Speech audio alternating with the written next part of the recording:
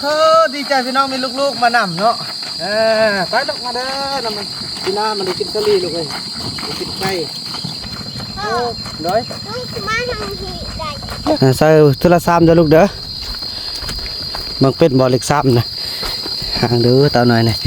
1 2เดี๋ยวแล้วนะซ้ำแล้วนะเบิ่งนี่งามทบได้ลูก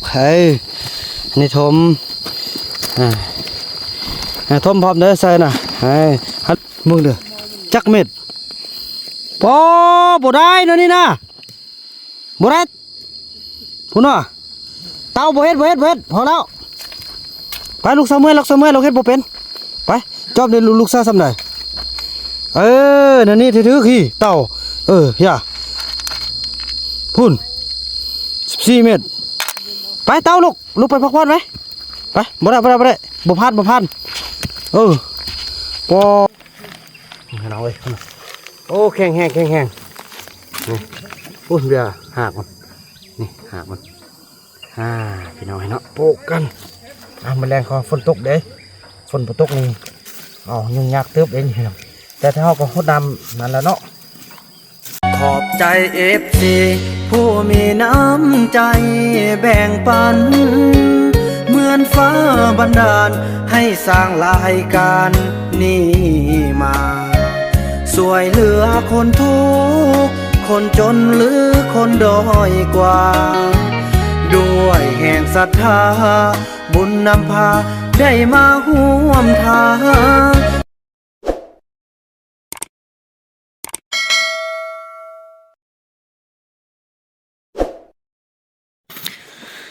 สบายดีท่านผู้ชมสบายดีภาพบรรยากาศในยามเช้าพี่น้องภาพบรรยากาศนี้ก็เป็นภาพบรรยากาศหนึ่งที่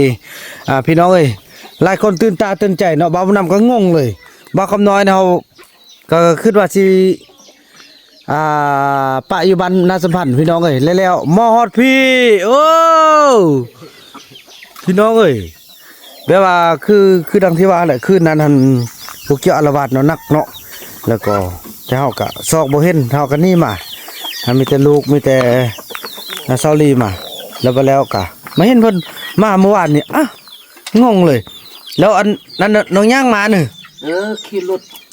ขี่รถมาขี่รถมาเนี่ยแล้วมาเข้าไปใส่มาเนี่ยบ่เห็นแช่อยู่บ้านปุ้ยหุ่นโอ้ยเฮ็ดมาเสียแล้วมาบ้านปุ้ยเนาะมาบ้านปุ้ยแล้วเสียเลยเอามาเลยแช่อยู่บ้านปุ้ยหันแช่อยู่บ้านปุ้ยอันนี้เอาเปื้อนหมดนี่น่ะไม่ยังไก่กินโอ้ไล่ไก่เด้ลูกมื้อนี้เราอันซอยพ่อใส่ซาลีเด้อใส่กันเนาะเด้อกินข้าวก่อนข้าวต้มมีกินต้มมีแล้วกันนั่นเด้อถือว่ามื้อนี้ก็สิมันบ่าวนำได้จ้างคนทางนอกมาช่วย2 คนพี่น้องเคยกันหน้าที่รับผิดชอบคือขออยู่ขอกินให้มันรอดเด้อแต่เฮาก็สิลุยจังซั่นแหละซาลีได้ก็คือว่าแม่นนั่นลุกนั่งสมาธิตั้งแต่เช้าพุ่นบ่ขึ้นใหญ่จากบ่อนปานนี้แล้วก็ลุกกันละแล้วลุกภาษาเคียงนั้นแล้วก็มาปกข้าวแล้วก็ขึ้นไปซาลีล้างหน้าแล้วเนอะซาลีมาแล้วซาลีล้างหน้าแล้วเนอะโอ้อยากห้องเฮือนพี่น้องบ่อยากคำน้อยนอนนำพอคำน้อยมันนอนเล่นน้ำไอคูนเพิ่นอยากห่วงเนาะเนื้อข่ายมันน่ะเมาน่ะก็ว่าสิห่วงยังสร้างไว้ ให้มันสุขคนเนาะพี่น้องนี่อันนี้เป็นเสื้อซาลีที่พอจะเอาลงมานี้เนาะก็ถือว่า CP 640พี่น้องเนาะตราดอกบัวคู่พี่น้องเมล็ดพันธุ์ข้าวโพดแน่อันนี้เพื่อว่าเอามาแต่นั้นเป็นรักษาป่าเท่ากับรักษาบ้านรักษาชุมชนของเราอย่างยั่งยืนห้ามนำไปปลูกในพื้นที่ป่าและไม่เหมาะสมที่จะปลูกบนที่ลาดชันเนาะ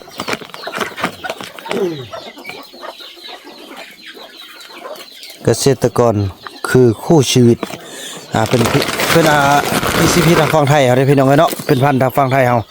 ก็เดี๋ยวได้เอามาก็จะเกี่ยมเนาะตอนนี้บ่าวบุญนำและสนุกก็อาจจะเฮ็ดเสือกพี่น้องเอ้ยเน่งเพียกเนาะเน่งเพียกนั่นแล้วก็เน่งแล้วก็ซักลุงแล้วก็คนป้อนก็ป้อนไปพี่น้องเอ้ยเอาจังซั่นแล้วพี่น้องติดตามกันตอนต่อไปเนาะพี่น้องเนาะ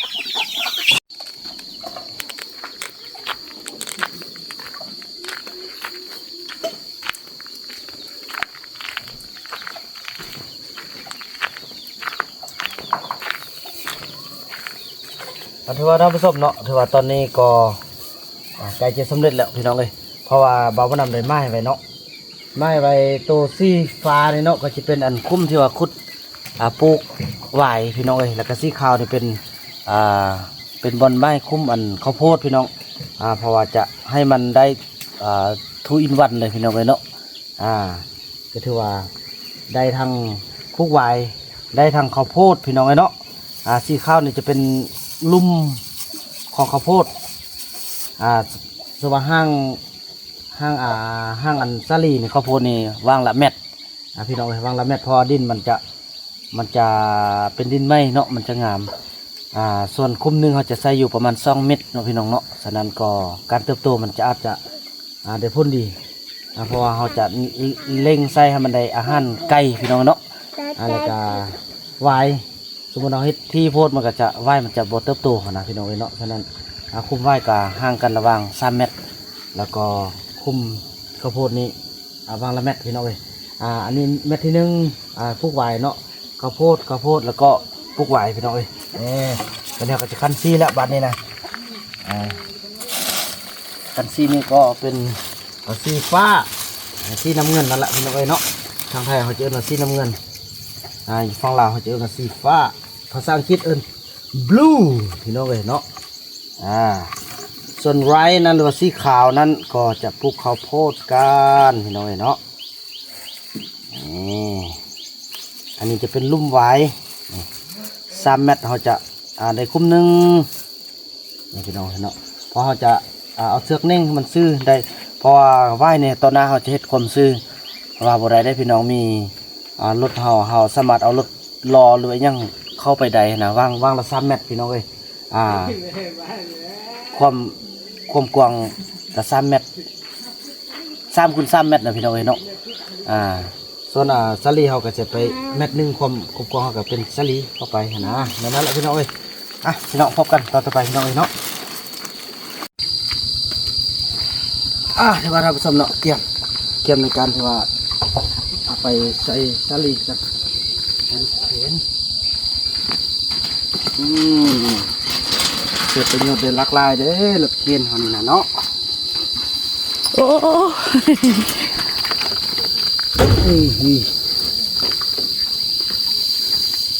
เอาเป่าข้าวโพดยอมก้นเนาะ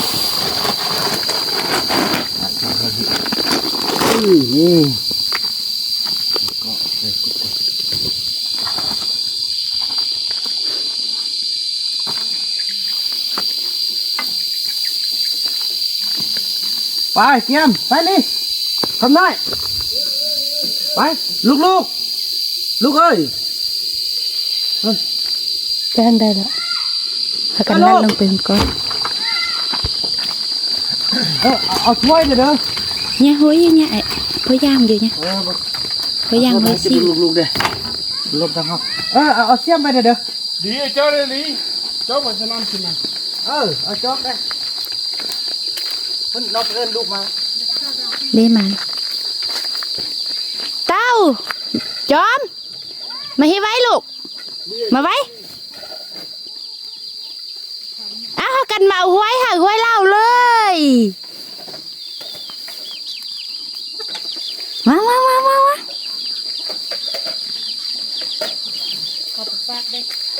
โดยเอาได้นำหัวนำอันนี้อันเด้อพวกเราถ้วยเด้อพวกเลยพอจะใส่ให้ใส่ไอ้คำน้อยถ้วยเอาสลีใส่น้ำพอไปในน้ำมีละน้ำมีละลูกกินเลยโอ้นี่ก็กินก็ได้คือกับที่เลยเป็นอีกินคนเดียวตีน้ำนะย่องลูกเอาถ้วยลูกอันนี้อันนู้นอีกเดี๋ยว ราะมื้อนี้ได้เอาทางคนทางน้องเข้ามาช่วย2คนพี่น้องจ้างมื้อละ200,000กีบเนาะเบิ่งลูกอีพ่อสิสอนเด้อวิธีบ่เป็นหยังดอกปีหน้าให้มันได้มีไก่ละลายไปบัดนี้อันรถซาลี่เอาตัวนี้บ่เอาทง สลีเอาห้องเลย เอาทงเลย ท้องสบายกว่า บ้านคนอะไรฮือโอเคเป็นน้องบ้านนั้นเป็นเมียเนาะ โดย ไปบ้านนี้อันนี้จะเอาตัวแตกพี่น้องนี่เพราะเขาเจ้าคือมันแตกไป ไป ไปบ้านนี้ลุยเฮ้ยเราอยู่เฮือนประจำเฮือนเด้อบ้องเวียกเฮือนเด้อบ้องเขาอยู่เขากินนั้น ไปลูกนำลังเขานำไปเลย ขึ้นรถไปพักกันโอ้ไปกินพักได้มาดีนี่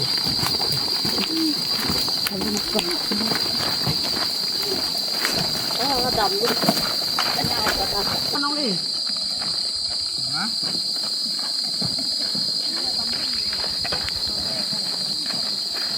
มานี่โอ้เธอดีใจพี่น้องมีลูกๆมานำเนาะไปลูกมาเด้อนำมันพี่น้ามันได้กินสลีลูกเลยได้กินไก่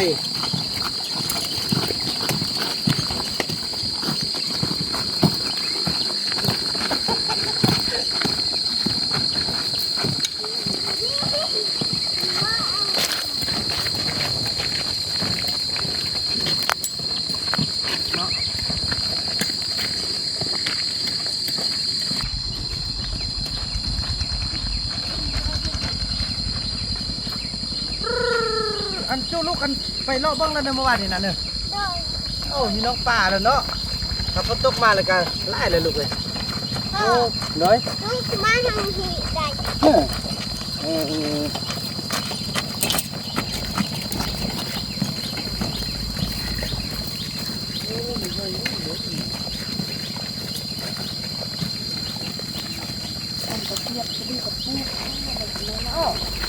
อันนี้พวกเรามาปลูกบ้านอยู่นี่โอ้ปุไรไอ้คุณเฮ็ดบาคุณบาคุณไอ้บอกเอ้าคือเราบ้องไปปลูกอยู่พุ่น ก็บอกแล้วทำไมไม่ฟังนะ โอ้ปุไรได้ลกทิมแล้วนั่นนี่น่ะคนละแนวแล้วนั่นนี่น่ะเอาผลง่ายปุไรเท่านี้น่ะ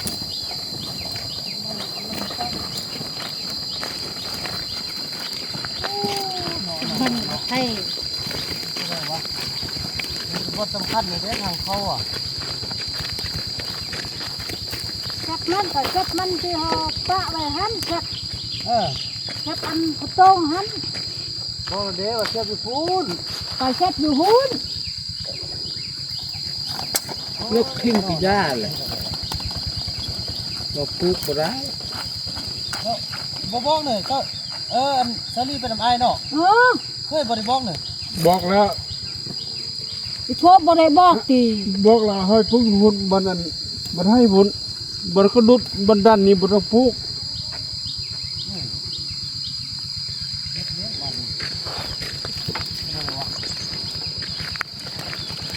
มันลำมันเก้าก็ไอ้นี่นะลำมันเก้าฟันไว้ดนแล้วก็ตัวนี้ออกอยู่อ่ะ ก็เรื่องโอ้วะโอ้นะน้ำมันดีดิ เพราะอันนี้เฮาสิเฮ็ดเป็นต้นไม้มันซื้อไปที่นี่เลยนะ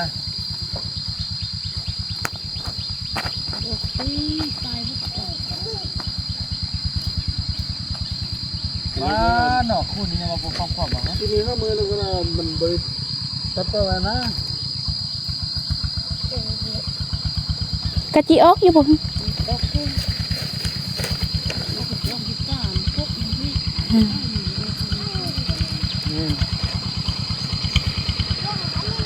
ยันหักมันบ่สมบูรณ์บ่เป็นหัวดี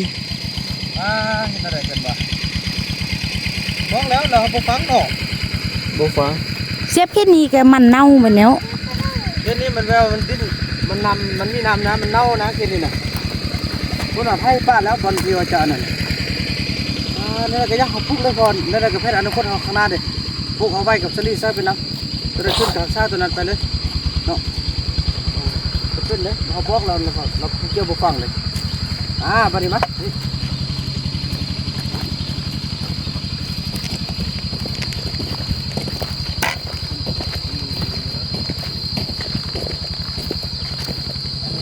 เขาหนอก เลยบนดำเนี่ยแล้วเงาตะต้องบอก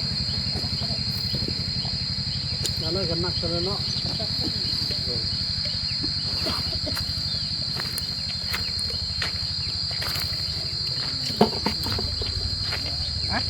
มาดึงอันมาดึงนี่เอาไปไปเสียบไปเด้อตอนนี้เขาเสียทางเข้ามานี่ไปหาน้องปลาอันนี้ซอสเข้าไปนั่นก่อนก่อนจะเป็นทางซื้อ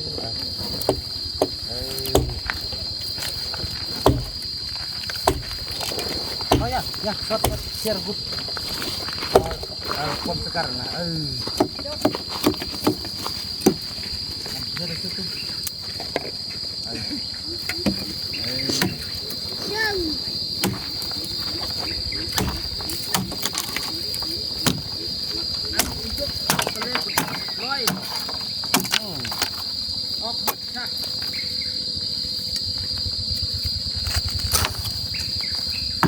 อันนี้คือจุดที่เราจะสร้างให้มันซื่อได้จริงเลยโอ้เนี่ยบุกเบี้ยนตัวหน้ามันกันนั่นมันหรอกเอาไปติดกันจริงๆเลยเด้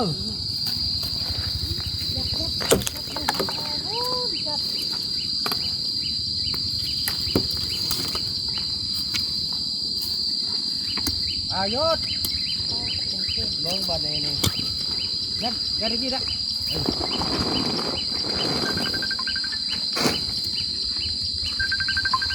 บ้าเดี๋ยวเอาเตียงหัวก่อนตอนทางนี้จะเข้ามานี่อันนี้มันหนาโอ้หนุกยกเลยนี่ที่ด้านตัดออกก่อนแล้วเนาะ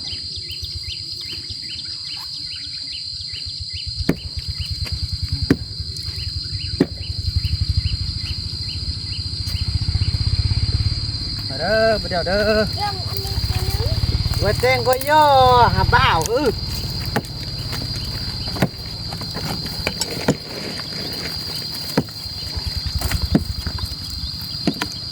sekarang lah boh, jangan em sergeng deh.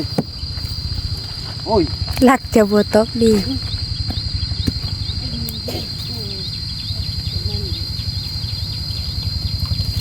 plak deh.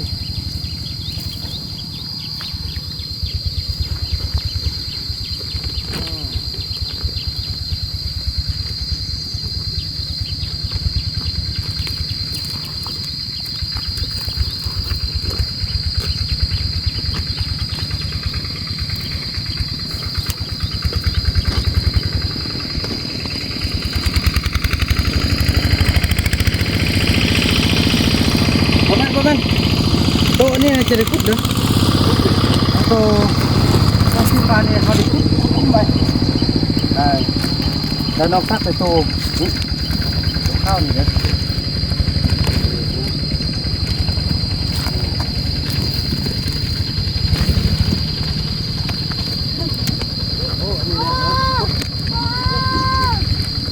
Vâng, aman lah. Ai cầm lại bác.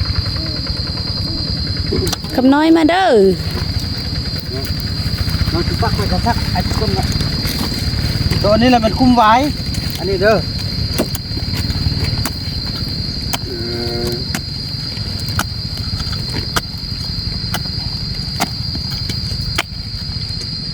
อันนี้ขุดไว้เอาไว้ปุกไว้ฝนตกมาแล้วกันเอาไว้มาลง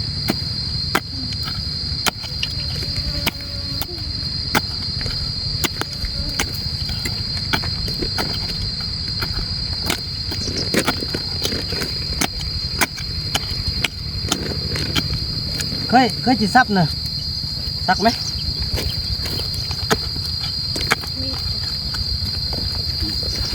อาจจะโลกคุดแต่ตัวอันนั้นย่างอันเซ่จักอันกันนี่เฮ้ยเซ่จักซ้ำเม็ดเฮ้ย 3 เม็ดพอดี เอาซ้ำเลยผมพอเพื่อมันนั่นเนาะเอาซ้ำเลยเนาะเอาปกติ เฮาเฮ็ดห้างอยู่แล้วแหละ พอเฮ็ดอัน5 เม็ดมาดิเพื่อบ้านหนึ่งกูออกเลยบ้านนั้นไปซ่อนลูกเดี๋ยว โอ้จิโลเครื่องแต่โยกกี้แล้วเวลาบัดเครื่องแล้วก็แทกยังบ่ยอมเลย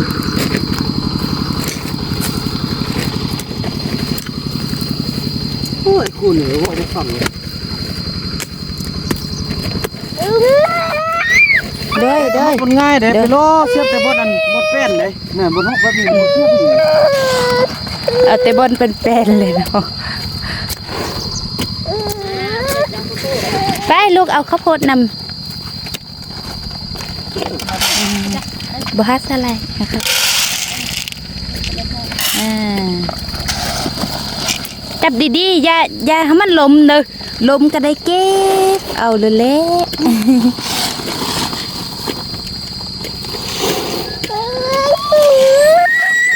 สาลีซาเป็นบ่ ซ้ำเลยบอก เบิ่งจากเม็ดเบิ่งอันนี้สี่เอา3อีกตึ้มเม็ดนึงท่มบัดนี้นะท่มได้น้องจอมึงดูบ่3ลูก3เลข3นับมึงดูแม่นอ้าวท่มไปบอลคือซับกูมืดซับเลยก้อนอ้าวน้องเต้าลองมึงดูน้องเต้าลองมึงดูเนี่ย เราไปโลซับเลยตัวนั้นน่ะน้องเต้าลองมึงดูจากเม็ด3บ่โดยท่มเลยบัดนี้นะเอาไอ้ยงบัดนี้นะลองไอ้ยงจากเม็ด3ลูก3นับ3นับมึงดูมีจากเม็ดอยู่หน้ามือลูกมีจากเม็ดบ่นับเม็ดอันนี้นะมีจากเม็ดนับเอา3เม็ดน่ะมี5แล้วเขาต้องเอาออก2เอาใส่3โดยใส่3เม็ดนะอันนี้เอาออกลูกเอาใส่ของลูกนี้ไว้ก็ได้นี่ลูกก็ใส่3เม็ดนี้มี3เม็ดแล้วลูกก็ใส่3เม็ดเอาใส่เลยโดยใส่ไปห่มไว้บัดเนี่ยไปไอ้คำน้อยลองใส่บุงดูคุมนี้ใส่แล้วนี่เอาลองหาไอ้คำน้อยมาใส่บุงดูมาคำน้อยมาหาเซอร์อยู่ใส่นี่เนี่ยลองบุงดูเอา3เด้อใส่ไปเอาใส่ไปบัดเนี่ยกูได้หันใส่คุมได้ก็ใส่เด้อใส่3เด้อลูกเด้อใส่3เม็ด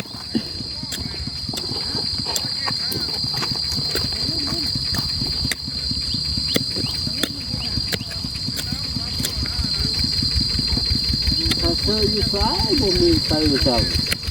ว่ะนำไปน่ะนำใส่เสือกไปนำใส่เสือกไปกูได้เห็นอันคุมได้ก็ใส่คุมนั้น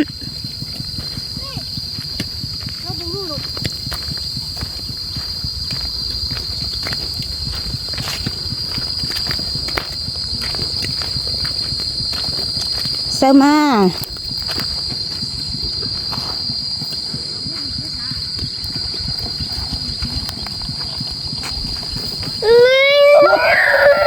สุดแล้วก็ฮักอ้นฮะถ้าเขาอันยายเฮียกมาเขาก้นแล้วแล้วก็เขายายเฮียกมาแล้วเขากันนั้น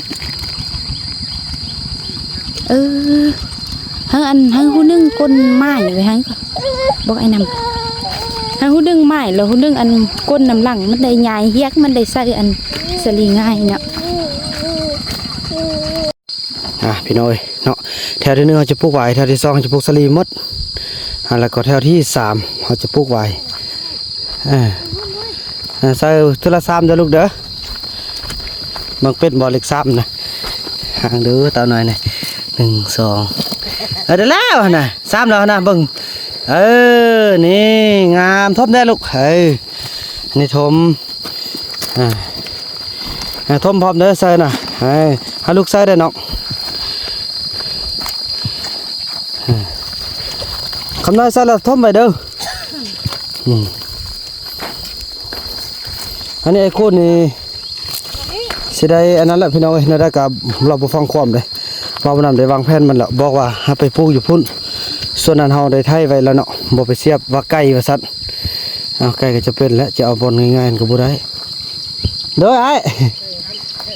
อันปลูกอันสลีแล้วก็ปลูกไว้ไอ้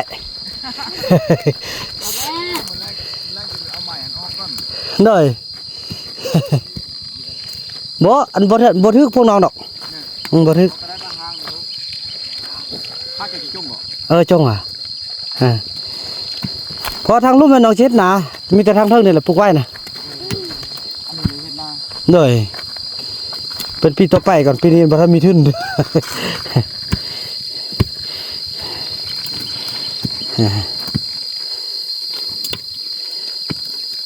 ว้า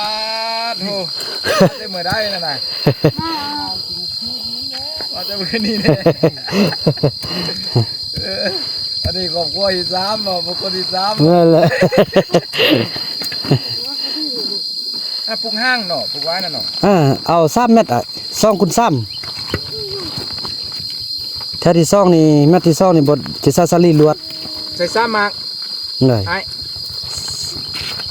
ใส่ไล่ผลเมื่อกี้นะใส่ซ้ ซา3เด้อลูกเด้อสลายบ่ได้เด้ฮู้บ่เลข3มึงซ้ำได้ลูกมึงดูบ่อีพ่อเบิ่งดูนั่นนี่แหละถูกต้องอันนี้มันไม่ใช่ก็ลืมทัดมั่มมันนี่มันเยอะเนาะมันนี่ มักวี โอ้ได้บางวีมาแต่ใส่ สร้างใดเลยเนาะ ำไอ้จอม อ่า พัก อันไส้อันนักอันน้องซื้ออะไรนะก็ เป็นมืออื่นกับมือนี่จิบตองนั่นทำมันแล้วก่อน ได้ ตกขอบบ้านขอบยัง โดยไอ้ตอนนั้นก็สร้างใส่เกียมเด้อเกียมใหญ่เด้อแถวที่2เขาจะได้ปลูกไว้บาทนี่เนาะแถวนี้เขาจะปลูกอันนั้นเรียนเลยสั่นละพี่น้อง มาสิยับมากัน ต้นนี่ง่ายนี่ซ้ำหนอ เมื่อละรถฟอร์ดนะรถจกนะสิอยู่ไปหุ่นกับบ่อยู่เนาะกับมือเฮาล้มเบียกหั่นแหละเราบ่ได้มาเบิ่งเข้า เคยไล่อันมาหานมาเอาก็ได้ ก็หาปั้นก็ได้ บ่ตัวนี้มันนี่ ลุงเป็นหูน้ำผ้าปลูกเห็ดนะ นี่เนาะ ชนะบ่พูดเนี่ยบ่ชนะแล้วน้อมนี่ อยากซื้อดีจังเนาะตัวนี้น่ะเนาะยี่เอ้ยนี่2เมตรแล้วเนาะคูณ2คูณ3เนาะอันไว้น่ะเนาะ อันนี้ก็ปลูกก็เลย อันตัวสีเขียวแล้วมันปลูกอันไว้ตัวสีขาวแล้วมันปลูกอันสลีเจ้าสารพี่น้องเนาะโอ้ตอนนี้อายงหุ่นกับพุทธไทยนี่ลูกขึ้นไปนะแม่เด้อบ่าวนำได้แบ่งเวียกพี่น้องให้เพิ่นเป็นคนซักเราอันนี้พากันคอยสนำลังพอที่เฮาเนี่ยก็สิได้แม่นขุดคุมไว้โดยเฉพาะเลยเนาะเพราะว่ากันสิเอาไปนำกันบัดเดียวแล้วมันสิซ่าเบิ่งแล้วนะมันสิซ่าจับไปเด้อเคยเพิ่นก็ส่งบางแววเพิ่นก็มาช่วยเนาะไอ้คำน้อยกันนั่งหันคันบ่กินเหล้าก็ดีเด้คำน้อยเนาะกินเหล้าแล้วบ่ได้เรื่องเว้ยนี่ก็เลยใส่กันพุ่น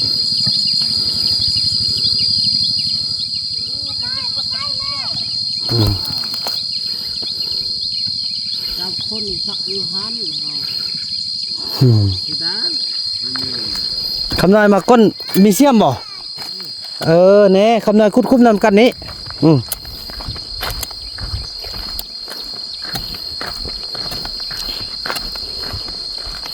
พอมันต้นนี้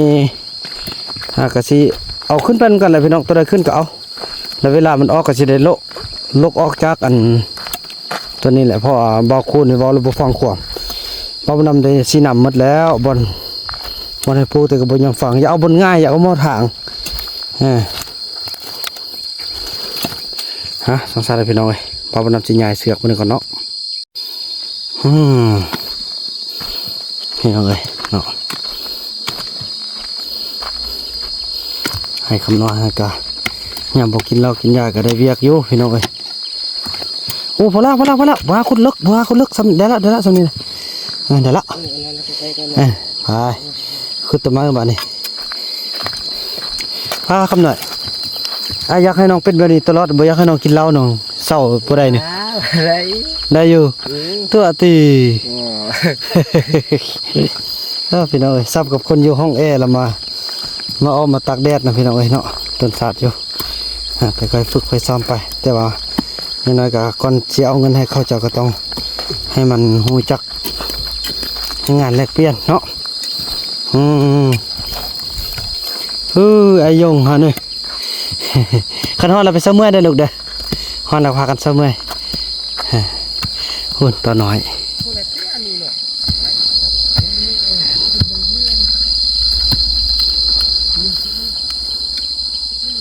ไปเบิ่งตัวน้อยกันเนาะใส่จากเม็ดพ่อโถก็เห็นไล่เถอะลูกมึงเด้อจักเม็ดปอบ่ได้เนาะนี่นะบ่ได้เต้าเวทเบิ่งแม่พี่น้องเอ้ยเจ๊ไล่ฟัง1 2 3 4 5 6 7 8 9 10 11 12 13 14 14 เม็ดพุ่นน่ะเต้าบ่เฮ็ดพอแล้วไปลูกเสมอเราเฮ็ดบ่เป็นไปจอบเด้ลูกซะซ้ำได้นั่นนี่ถือขี้เต้าอย่าพุ่น14 เม็ดไปเต้าลูกไปพักผ่อนไหมไปบ่ได้บ่พลาดปอโถบ่เฮ็ดแล้วเด้อลูกนั่งเศร้าเมื่อยเบิ่งอันให้กำลังใจพ่อเด้อลูกเด้อนะยินบ่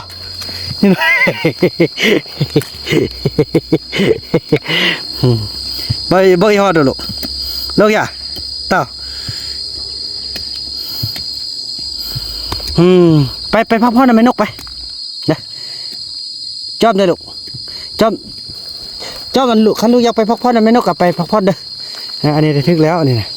ซ้ำนี่แหละซ้ำเม็ดลองไปลูกแกะของกันลูกเต้าก่อนพี่น้องบ่ได้เด้อนี่น่ะมึงใส่ให้บอลเห็นเมื่อกี้ได้ไปคอดเมื่อกี้นี่ทุกคุ้มเลยน้องเต้านะเมื่อกี้นี่ไปแกะใส่เมื่อกี้นี่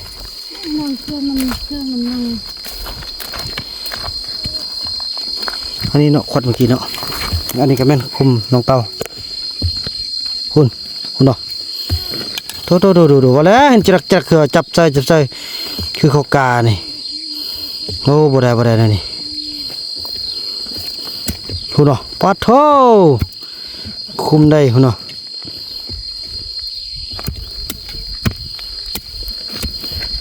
บ่แม่นน้อยๆคุมแล้วนี่นะเฮ็ดจังได๋เฮ็ดได้บ่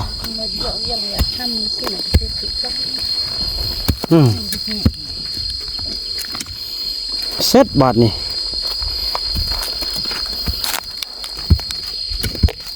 บางอันสบู่มี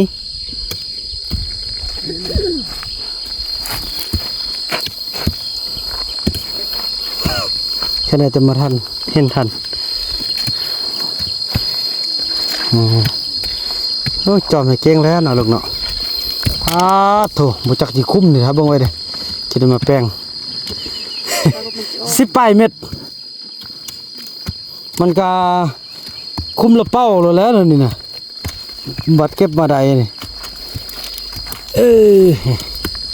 โธ่นี่กาแฟพอดำเฮียอยู่นี่เพิ่มหมดหรอจังสั้นแหละพี่น้อย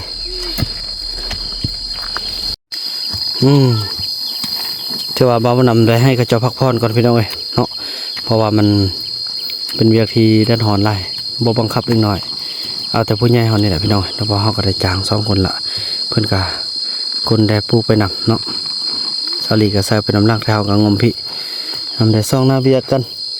พี่น้องเอ้ยก็เจ้าห้องเฮ็ดได้สำเร็จก็ดีแล้วแหละแต่ตอนน้อยพี่น้องเอ้ยคุ้มละ14-15 เม็ดพี่น้องเอ้ย บางคุมฮอด20 เมตรปาดมันก็รวยกับนี่แล้วอย่าพากันไปโลดเด้อลูกเด้อลิ้นน่ะแม่นกเด้อ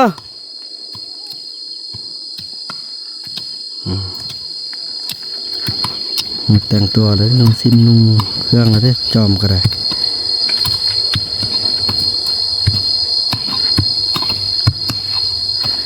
จักเฮ็ดจังได๋พี่น้องสิไปเข้าเรียนบ่หรือว่าจังได๋หั่นล่ะ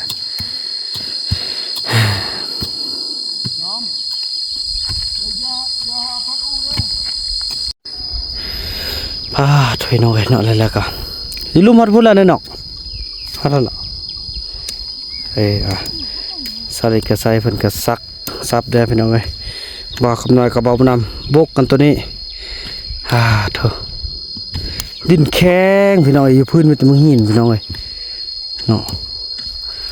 เอาเช็ดเป็นแถวนั่นนี่เตรียม1 2 1แถว1 2ก็เติม2แถวพี่น้องเนาะเติม2แถวบอกคำน้อยก็สู้ขนาดนี้ป้ามานำใหญ่เชือกแล้วก็มาไม้แล้วก็ก้นช่วยพี่น้องเอ้ยนี่ไม้ไป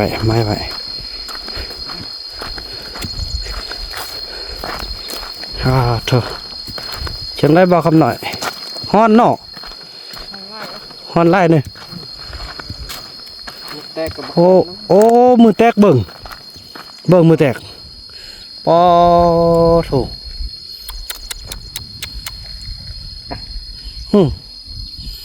พอเถอะค่อยเอาเด้สุดหน่อยมีแข้งพี่น้อย กินแข้งบ่ได้เจ็บ เนาะ มุดแตกอันนี้น้องเฮ็ดขุดอุ่น น้องขุดโอนโอ้บ่มันแตกกันนี่ติ บ่แม่น อ๋อ พุ่นโอ้ ไปแต่มาแต่พุ่นแตกกันเจ้าเสียมขุดโอนนะ ขุดอุ่น คือเรามือแตกกันขุดนี่บ่แม่นเนาะ บ่แม่น ค่อยไปน้องเอ้ยเมื่อยแล้วก็พักผ่อนเด้อ บ่มื้อยัง บ่เมื่อยยังแหละโอ้เพื่อเราพี่น้องเพิ่นอยากได้เราแต่ว่าบ่ให้กินตอนอยู่นี่แต่ว่าบาดอันเพิ่นสิเข้าป่าแล้วเอาเงินหาไปซื้อเนาะพอเพิ่นรับจ้างนี่พี่น้องเอ้ยก็จะได้ให้เพิ่นเด้พี่น้องเนาะนี่เพื่ออนาคตเพื่อลูกเพื่อหลานเพิ่นบ่ไล่ก็แม่นมาเฮ็ดเดือนนึงแล้วก็บ่มานำให้ไปว่าเรื่องของอยู่ของกินเนาะรับผิดชอบเรื่องของอยู่ของกินโอ้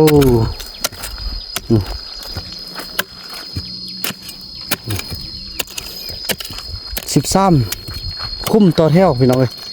เนาะได้จะคุ้มแล้วเบิ่งเด้อหันเนาะลงยาวนี่ได้13ลงกว้างนี่ได้อยู่1 แถว 2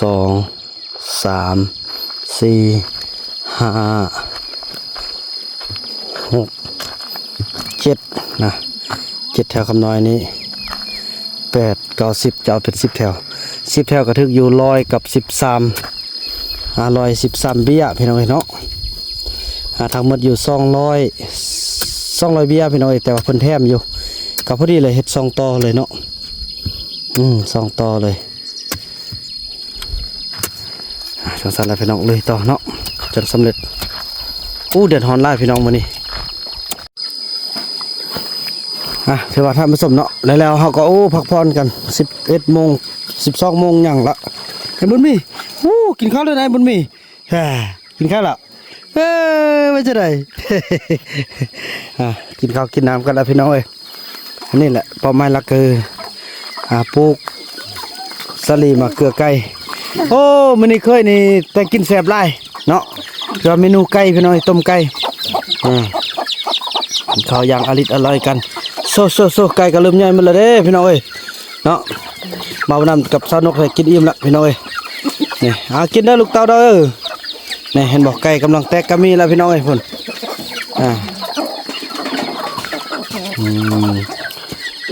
ไปมาเข้าไปเกลือไก่กันเพราะว่าบ่อยากให้มันกวนเพิ่นพี่น้องเนาะเขานี่เคยจนตกฝ่ายพ่อให้ได้เคยมีหน้าที่คั่วกินเนาะพี่น้องเอ้ยแซ่บหลายมื้อนี้เบิ่งบ่าวนะซ่องแม่อันนี้ก็แตกแล้วเหลือเท่าใดเนาะมาขอเกลือเพิ่นก่อนเดี๋ยวได้เชื่อนะเบิ่งเด้อ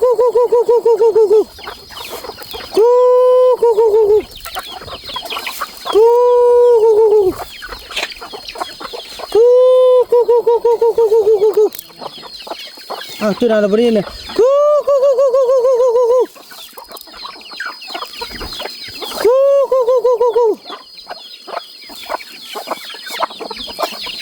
Oh, channel yang anak pun final yang beri yang you pun mana? Oh, เริ่มงามเริ่มซ้อนเศร้าขึ้นมาแล้วบัดนี้นะแต่พูนยังซ่องตัวใหญ่ครับพี่น้องเนาะเอาถือว่าจังซั่นเลยพี่น้องเนาะพบกันตอนต่อไปพี่น้องมดมือกันมื้อนี้เนาะกันที่ว่าปลูกสาลีแล้วก็ขุดคุ้มหวายกันเนาะบ่าวคำน้อยก็สู้ขนาดเลยพี่น้องสาลีก็สู้เนาะเด็กน้อยที่บ่พันงานก็คือเศร้าเต้าลูกเศร้าเต้าคุมละ10 ปลายเม็ดพี่น้องเอ้ยให้พักผ่อนอยากสิรวยก่อนเอาถือว่าตอนนี้เนาะทางบ่าวคำน้อยสาวลีแล้วก็คนงานเพิ่นก็ไปจัดการพูดเรียบร้อยบ่าวน้ำก็จะเอารถหลังจากกินข้าวกินน้ำแล้วนะพี่น้องเนาะก็จะก็ไปแต่ดนแล้วบ่าวน้ำก็ค่าเวียกแล้วมีแขกมายามได้ก็จะได้เอารถทันคนเบียร์ขึ้นเลยเอาไปปลูกเลยจำนวน100 ปลายเบียร์มื้อนี้เนาะเพราะว่ามื้อแรงฝนตกแน่นอนเนาะนี่ฟ้าห้องมาครึมๆแล้วมื้อเช้านี่ก็ลงมานิดนึงฟ้ามืดแล้วพี่น้องเอ้ยฝนตกแน่นอนโอ้จ่าปะจ่าอาจ่าป่าปะจ่าปะจ่าฮ่าฮ่าอ่าฮ่าอ่าฮ่าอ่าฮ่าจ่าปะจ่าปะจ่าอ่าฮ่าอ่าฮ่าอ่าฮ่าอ่าฮ่าป่าปะจ่าอาจ่าโอ้บุญรอดก็บ่มาปานนี้ไปน้องนกมาเบิ่งลูกเด้อเด้อลูกอีแม่เด้ออีพ่อไปติดรถมันก่อนโอ้ยโอ้ยโอ้ยโอ้ยโอ้ยโอ้ยโอ้ยป้าป้าป้าโอ้ยโอ้ยจิตตัดจักให้พ่อเนอะฮะโอ้ยโอ้ยโอ้ยแป้งไฟเนอะแป้งไฟเนอะโอ้เติมน้ำมันเติมน้ำมันก่อนเนอะเอาเติมน้ำอะไรโอ้แป้งใส่ไฟแป้งใส่ไฟโอ้แป้งใส่ไฟโอ้ยโอ้ยแป้งใส่ไฟเอาเบิกลูกเด้อเอาจังสั่นเลยพี่น้องไปคนเบียร์ไหว้ขึ้นน้ำกันก่อนเนาะพี่น้องเลยเนาะเขาก็จะใส่กะละมังสิละเพื่อการกระแทกพี่น้องเลยเนาะเบียร์ไตบักงามพี่น้องเอ้ยจำนวน200 กว่าเบียร์พี่น้องเนาะนี่นะเบียร์ได้บักงามพี่น้องเอ้ยสมมุติว่าตอนนี้น้อยคันมีตัวน้อยแล้วเอาตัวน้อยมาเด้อตัวน้อยดีกว่ามันอันนั้นมันลึกเอามาไล่อันรถพอกันขึ้นยายพี่น้องนี่จังสิแหละเนาะเอาเบียร์ที่มันแข็งแรงเลยตัวใดก็ตัวแข็งแรงหมดเลยมา1 2 3 4 5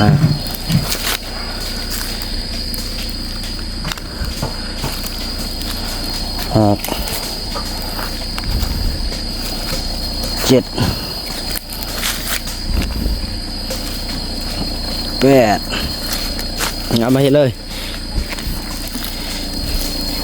9โอ้พอดีเขา10 อัน10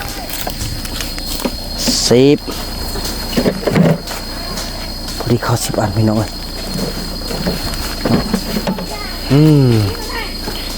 ป้าเนี่ยมาชิ้นยกตัวนี้ไปแล้วกันนั่นเจ้าสารเลยพี่น้องเนาะจะเก็บเบียร์เนี่ยแล้วก็ไปลงน้ำกันเลยพี่น้องเลยจนนักกระแสสลีไปข้าวโพดไปเนาะถือว่าตอนนี้โอ้พระเอกน้อยก็มานำยี่ใช่ป่ะไปทางใดไปทางใดไปใส่ เฮ้ย ไม่ใช่ ว้าไปทางใดจ้า ไม่ใช่ เฮ้ยจ้าเอ้ยจ้าเฮ้ยเด้อดังเด้อเด้นางเด้อเด้นางเด้อเด้นางเด้อจึ๊กพี่น้องเอ้ยคือนอนเท่ากันเลยเนาะเอามาปลูกเลยมันนี่นะมันได้กับฝนกับสิตกเลยเนาะโอ้บ้าโทพี่น้องขับหน่อยเพิ่น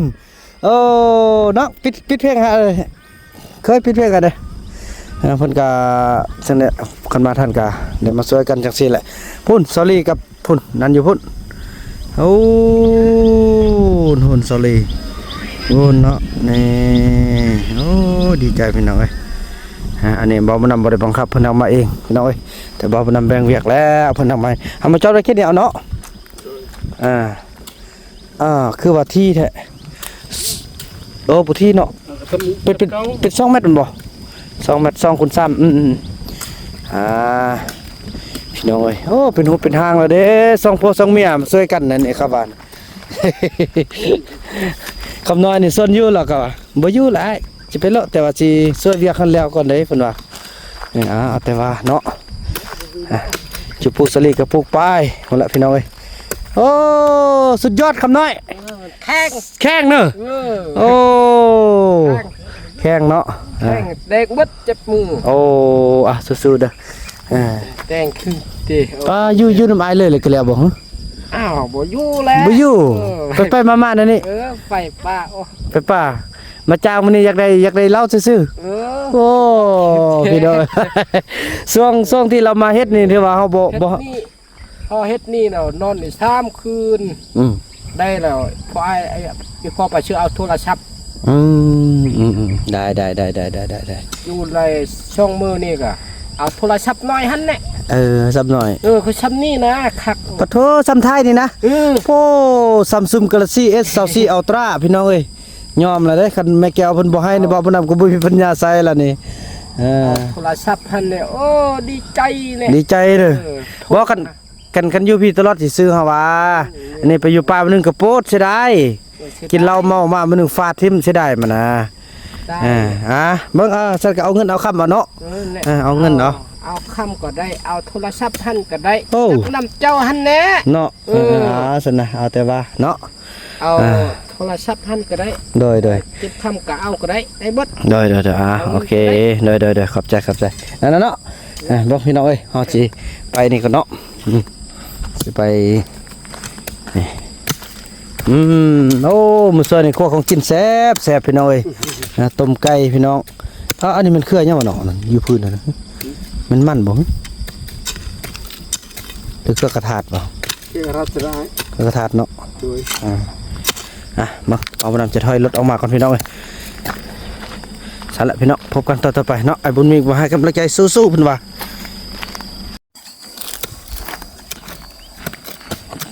ไปเริ่มต้นปลูกคนกับคนปลูกใส่สลีกับใส่พี่น้องเอ้ย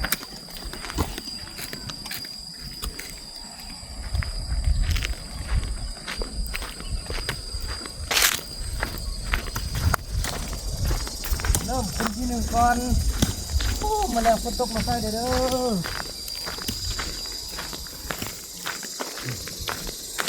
เลือกต้นมันแข็งแรงกันเนาะตัวนี้เลยพี่น้องเอ้ยมีดบ่ได้เอามานำที่ถึงก็ได้แหละน้องเอ้ยโอ้แข็งนี่พูดเบียร์หากมันนี่หากมันพี่น้องเนาะปลูกกันมันแรงคอฝนตกเด้ฝนตกนี่ยุ่งยากเติบเด้พี่น้องแต่ถ้าเราก็หดน้ำนั่นแล้วเนาะ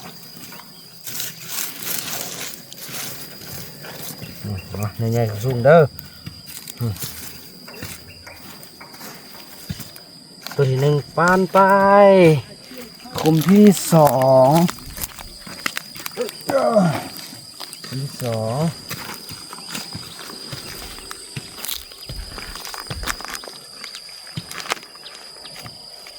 เยอะเลย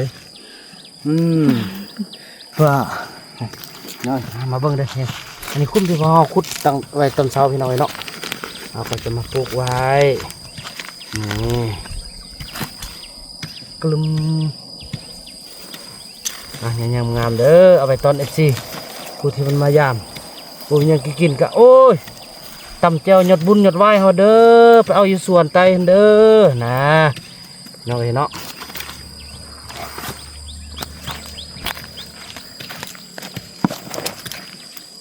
ระยะห่างนี่แหละมันห่างระวังแถวตัวแถว2 เมตรระวังต้น3 เมตรพี่น้อง2 คูณ 3เนาะก็จะเอา3 คูณ 3เนื้อพอ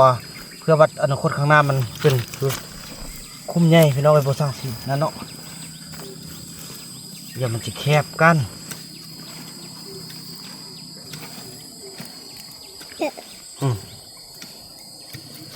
ให้ตัวนี้ให้กำลังใจมัน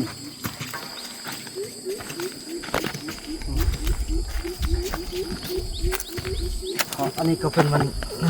เดือน5แล้วแหละฝนก็คงจะบกคาดไส้แล้วแหละพี่น้องเอ้ย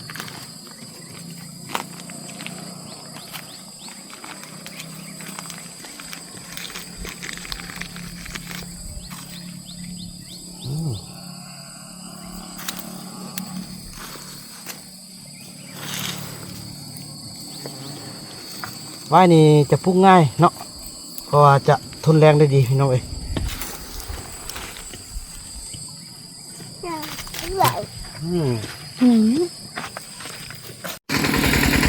แล้วก็มารอบ2พี่น้องเอ้ยรอบที่1กระปุกไปไล่เนาะเคยไล่เพิ่นกระปุกตอนนี้ไปเบาน้ำกับคำน้อยกระปุกทางลุ่มไปพี่น้องเอ้ยมาละคนคำน้อยโอ้ยพี่น้องเอ้ยคุณสาลีกะเลยอยู่ทางนั้นเนาะสาลีก็ได้เอาไปมาเอาเสียมปลูกคนละอันเลยพี่น้องเพราะมันดินแข้งนะซักลุงบ่ได้พี่น้องเอ้ยเนี่ยฝาก็เริ่มห้องมาละโอ้เหมาะสมขนาดเลยพี่น้องเอ้ยเนาะพอซ่องมือแล้วฝนตกมื้อนี้ก็มีสัญลักษณ์ฝนดังขึ้นมาเพื่อเฮาอาจจะปลูกแล้วก็พอดีมันจะลงมาเลยแหละนี่บอกคำน้อยเอาเคยเอาตัวนี้ตัวน้อยนี่นี่วะเอาตัวใหญ่พี่น้องทำกับตัวใหญ่พี่ตัวใหญ่พี่ตัวใหญ่พี่ตัวใหญ่ตัวใหญ่จับแคมไปขอจิกเด้อเคยเด้อเพื่อบ่ให้มันตินแตกเด้อเอาโยโตนักบ่ไปอันนี้กระโปรงมาละพี่น้องนี่พอเฮาเล็งเอาความงามเนาะพอเฮาเน่งเพียกเน่งเสือกตีตักพี่น้องเล็งเอาความงามใช่แล้วบอกคำน้อยก็สู้เพื่ออนาคตของลูกของหลานสู้เพื่อปักเพื่อทองสู้เพื่อเขาจะเอาในตอนที่ว่าเท่าแก่พอแล้วพี่น้องเอ้ยเนาะคำน้อยคันบ่ยืนน้ำไอตอนนี้กะบัดเท่าบัดแก่แล้วไปบ่เป็นแล้วจึงมายืนน้ำไอเด้อป่านนี้นี่ให้น้องจับไปยายแบบคือเก่าได้ยายสุดพูดแล้วก็ยายมาในนี้เด้อไอเป็นคนจิกใส่ปลูกเนาะบ่าวน่ะเป็นคนปลูกนะเมื่อกี้ก็ปลูกเท่านี้ละแถวนี้เนาะมึงแถวนี้ถือว่า3แถวนี้สำเร็จแล้วเนาะแถวนี้ถือว่าสำเร็จแล้วแล้วก็แถวนี้ก็สำเร็จแล้วพี่น้องไปคนละเนาะตอนนี้อาจจะเป็นเพียงเบียร์ไว้ตอนต่อไปอาจจะเป็นซุ้มใหญ่แล้วก็ค่ายเป็นสินค้าใดพี่น้องเอ้ยเนาะไปยายเลยยายเริ่มต้นนี้อาจจะพุกเลยเพราะไอ้มอดนี่แหละยายตัวนี้ไปเด้อโหนสลีก็ให้โหนปลูกสลีกันสลีข้าวโพดกันนะพี่น้องเนาะ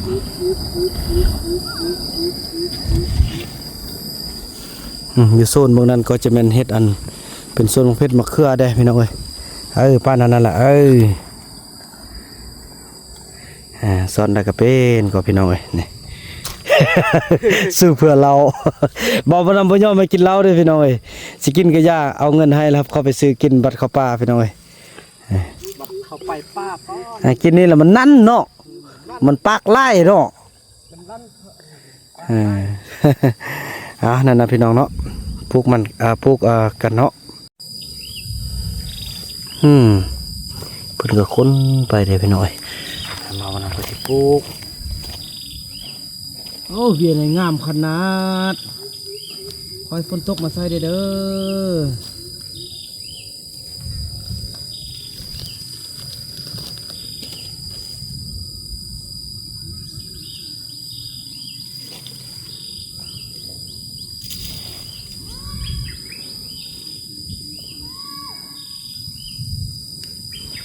คือลูกเพิ่นไปห้านอก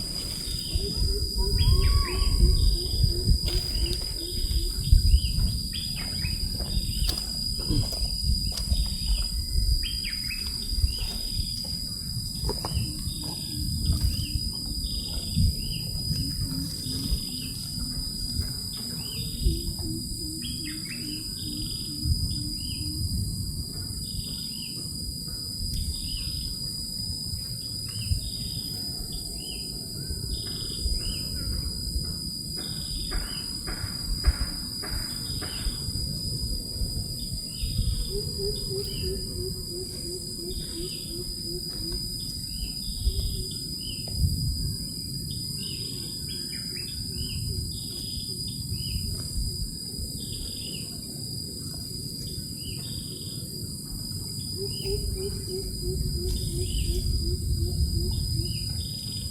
อ้ลมเย็นมาแล้วเนาะโอ้ลมเย็นโอ้เย็นมาก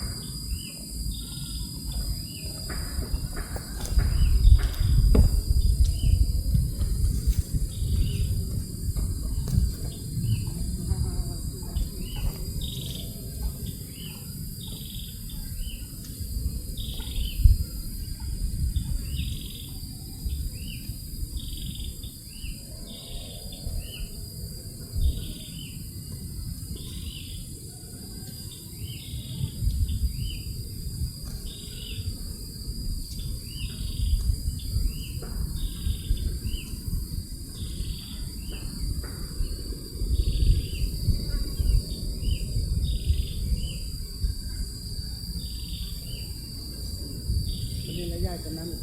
มาพี่เลยเด้อทำมันแล้วก็ไปกู้เอาต้นน้อยมาเด้อ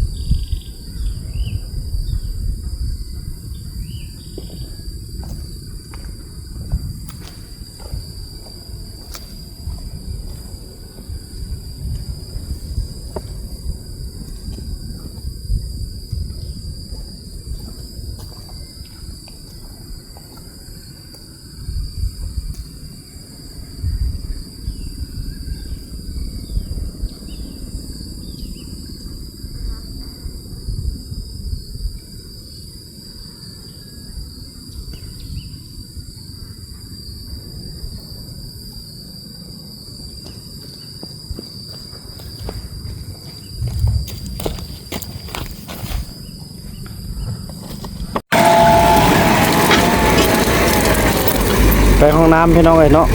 พอมื้อนั้นท่านรถจกลืมจกพี่น้องไล่เรียกว่ามื้อนั้นก็บ่ได้อยู่เด้ขอความช่วยเหลือนะเพิ่นเนาะ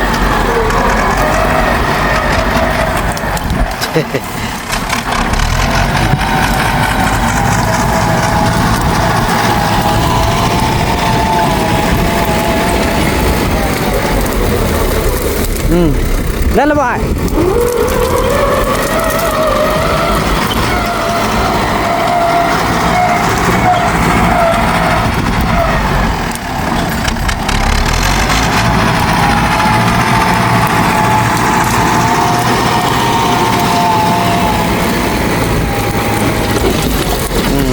โอเคได้แล้วได้แล้วเด้อขอบใจหลายเด้อนี่ พี่น้องขอความช่วยเหลือเพิ่นละลาซะแล้วเนาะเพิ่นก็ช่วยแป้งทางพี่น้องเอ้ยนี่เพราะว่าโอ้เมื่อปานไอซิแบกตัวนั้นสิว่าอยู่ปะอาสนะไปก่อนเลยนี่แป้งห้องน้ำพี่น้องเอ้ยพอมื้อนั้นว่าสิเอาท่อมาใส่